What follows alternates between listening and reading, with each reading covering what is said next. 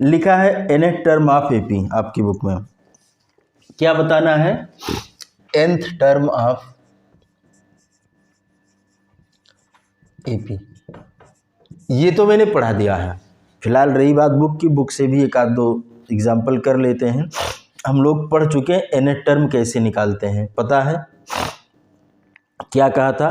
पहला टर्म लेंगे, फिर जितने स्टेप जाने हैं उसमें से एक माइनस कर लेते हैं, वो हम लोगों ने प्रैक्टिकली देख लिया है।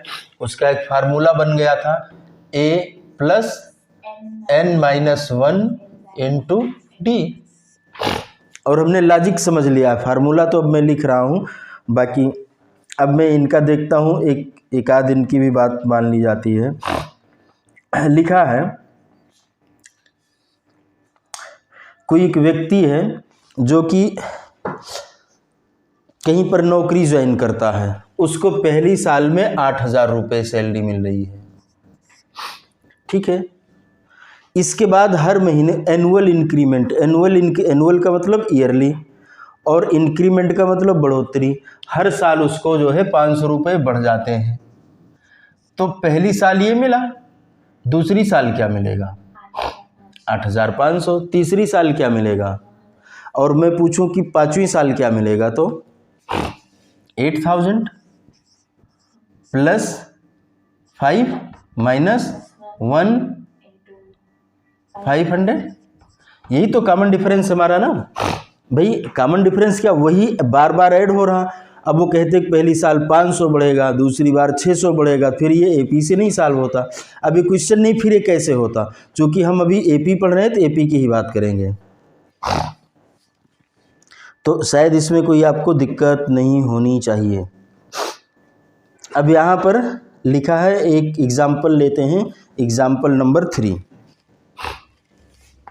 इतना कर लेंगे कि अगली क्लास में आपको एक्सरसाइज 5.1 पूछना रहे और 5.2 करना रहे और पूछना रहे, दो एक्सरसाइज साथ में। लिखा है find the 10th term of AP. क्या पता करना है एग्जाम्पल 3 में? 10th टर्म ऑफ एपी, और एपी क्या है? 2, 7, 12। बहुत आसान है। तो पहला टर्म हमें पता है क्या है? 2। हमने कहा 2 लिख लिया। फार्मूला लिखना, फार्मूला हम नहीं लिख रहे हैं, ये लिख दूं क्या? a plus n-1 into D.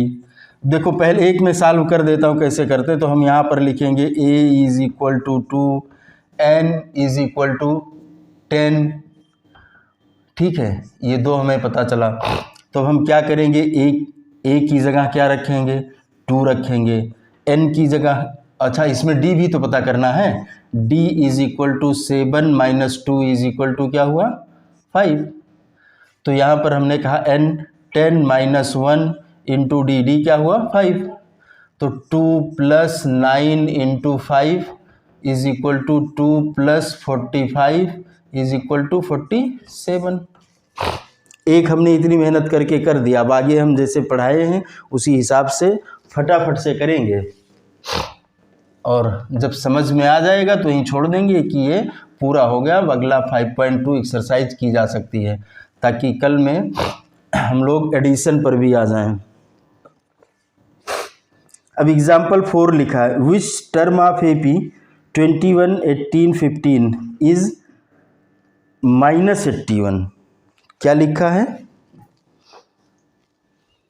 Which term of AP, AP का कौन सा टर्म, एपी का कौन सा टर्म यहां से शुरू हो रहा 21 से, और ये जा रहा है -81। 21 के बाद एक और लिख लेते हैं 18। -81 कौन सा टर्म होगा? तो कुछ नहीं है, आसान सी बात है। हमने फार्मूला पढ़ रखा है, a प्लस n-1, ठीक है। an जो होगा वो कौन सा? n-1 into D. तो हमें a का पता है 21, ठीक है। an का पता है, टर्म क्या है? -81 इज इक्वल टू ये है प्लस n माइनस 1 डी कितना हमारा 18 minus 21 is equal to -3 into -3 हुआ, ठीक है। इज इक्वल टू करेंगे 2 प्लस यहाँ पर आएगा -3, ये इंटू होगा, एक मिनट, -3n और ये क्या होगा +3। ये बात समझ में आ रही है या डाउट है? -81, ठीक है। अब हमने कहा -81 इज इक्वल टू 2, अब ये प्लस और माइनस के इंटू हुआ तो कितना हो जाएगा -3n और ये +3, ठीक। अब इसको हम इधर ले जाएंगे, इसको इधर ले आएंगे, तो हम इसको लाए -3n, इधर लाए तो क्या हो गया 3n इज इक्वल टू 2 + 3 + 81, ये इधर आएगा तो ये भी प्लस हो जाएगा। अब ये क्या हो गया 81 + 3 कितना हुआ और +2 कितना हुआ 80, ये तो हो रहा है ना। अरे भाई हमने हर जगह 2 लिखा, 21 21 21 21, ठीक है। अब इसमें ऐड करेंगे 21 + 3 कितना हुआ 24 और इसमें 81 जोड़े ऐड करेंगे तो कितना होगा 105, तो n is equal to 105/3 divide करेंगे 35, मतलब 35वां टर्म होगा हमारा, ठीक। कोई डाउट? ये तो 10th एग्ज़ाम लेवल के लिए है, हमने इतनी एक्सरसाइज कर डाली, फार्मूले की ज़रूरत होती है, दिखाना होता है, मतलब डिस्क्रिप्टिव के लिए है। अब तो 10th एग्ज़ाम में भी इस तरीके के आते हैं। अगर यही क्वेश्चन हमसे पूछ लिया जाए और फार्मूला ना दिखाना हो, उसमें क्या कहते हैं EMCQ में, मल्टीपल चॉइस क्वेश्चन में, अभी हमने आपको बताया था, हमने कहा ठीक है, हमको यहाँ पर कॉमन डिफरेंस पता था ना कितना -3, ठीक। हम कहेंगे रुको -81 में से इसको माइनस करेंगे, ठीक है, कितना होगा बताइए?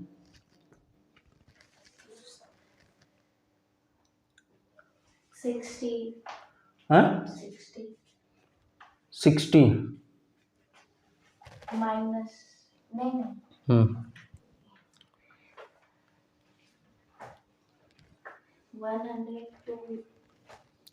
-21 करेंगे ना तो कितना हो जाएगा -102।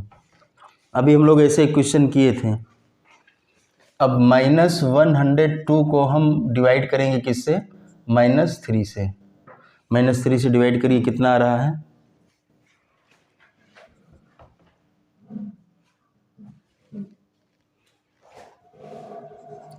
24 तो नहीं आ रहा,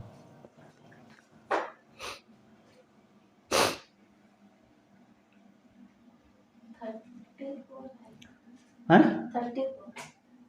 34, हाँ 34 आ रहा, 34 आ रहा है, ठीक।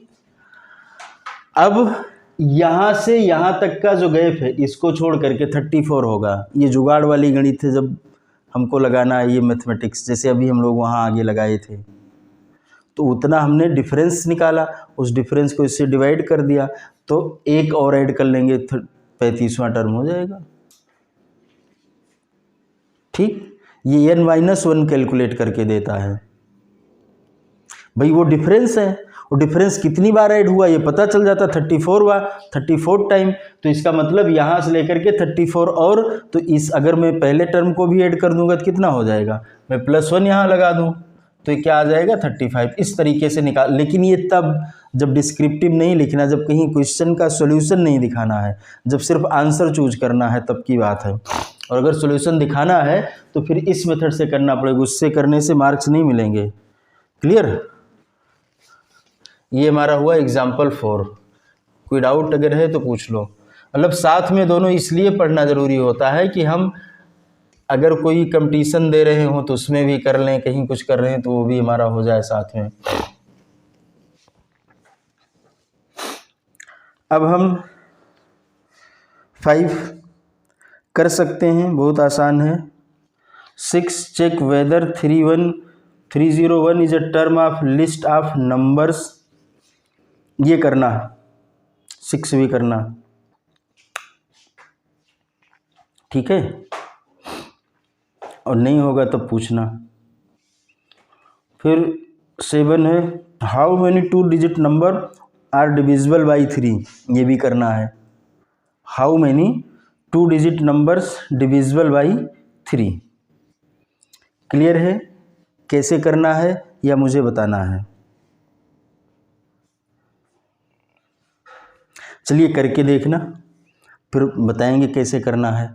इसमें निकालना है 2 डिजिट नंबर ऐसे कितने हैं जो कि 3 के द्वारा डिविजिबल होंगे।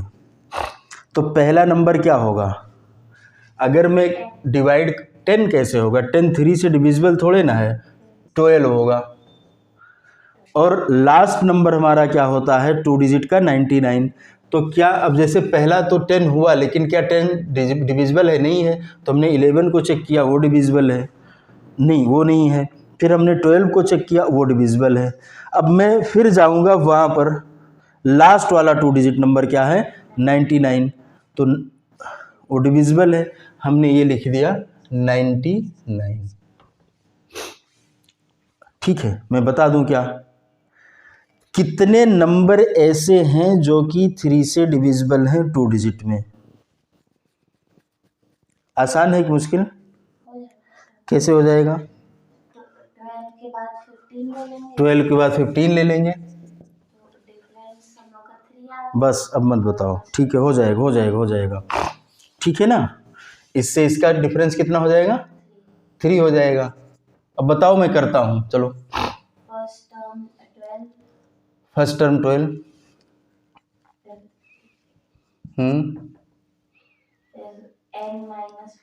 Last term 99 an plus n minus 1 into D 3।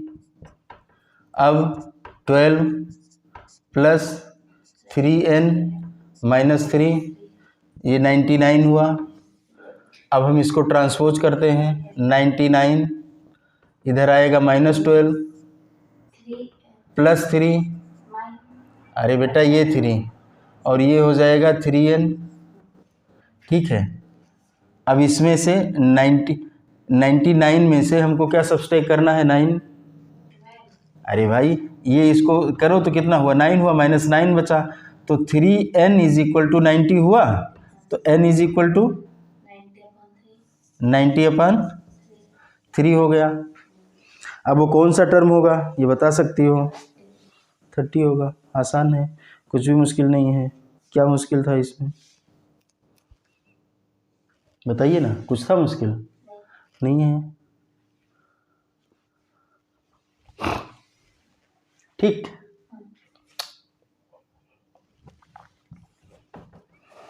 इस तरीके से 7th हमने कर दिया। 8th क्या है?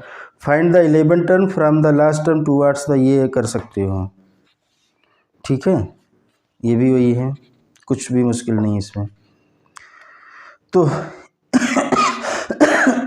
इस तरीके से हम लोग जो है इस बात को यहीं पर ख़त्म करते हैं। और इसके बाद में जो है हम अगली क्लास में क्या पढ़ना होगा हमको, जो हमारा 5.1 एक्सरसाइज है और 5.2 एक्सरसाइज है।